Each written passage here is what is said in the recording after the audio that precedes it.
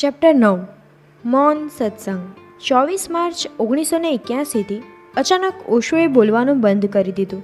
હવે સવારના પ્રવચનમાં બહાર આવતા નહીં અને સાંજે સંન્યાસી દીક્ષા માટે પણ બહાર ન આવતા. હવે સંન્યાસ આપવાનું કાર્ય પોતાના માધ્યમથી કરી રહ્યા હતા. 10 એપ્રિલ 1981થી એવી ઘોષણા કરવામાં આવી કે હવે ઓશો શબ્દો મારફત નહીં બોલે. મૌનમાં તેની સાથે હૃદયથી હૃદયનો સંવાદ થશે. 1 મે 1981થી ઓશો ફરીથી બહાર આવવા લાગ્યા અને પોતાના લોકો સાથે મૌનમાં બેસવા લાગ્યા. સંગતિ અને મૌન સંવાદના ખેલ અને સદ્ગુરુ શિષ્યના પરમ સંવાદને ઓશોએ નામ આપ્યું સત્સંગ. ઓશો રોજ પોતાના લોકોને મૌનના રહસ્ય લોકમાં લઈ જતા હતા, પરંતુ એક વાત સ્પષ્ટ હતી કે તેનું શરીર તેનો સાથ છોડી રહ્યું હતું.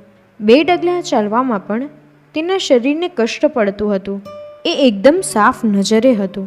ઓશોની બગડતી તબિયતથી બધા લોકો ચિંતિત હતા.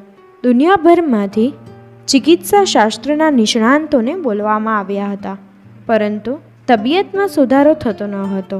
એવી સલાહ આપવામાં આવી હતી કે ઓશોને અમેરિકા લઈ જવામાં આવે, જ્યાં તેના ઈલાજની ભરપૂર સુવિધાઓ ઉપલબ્ધ છે.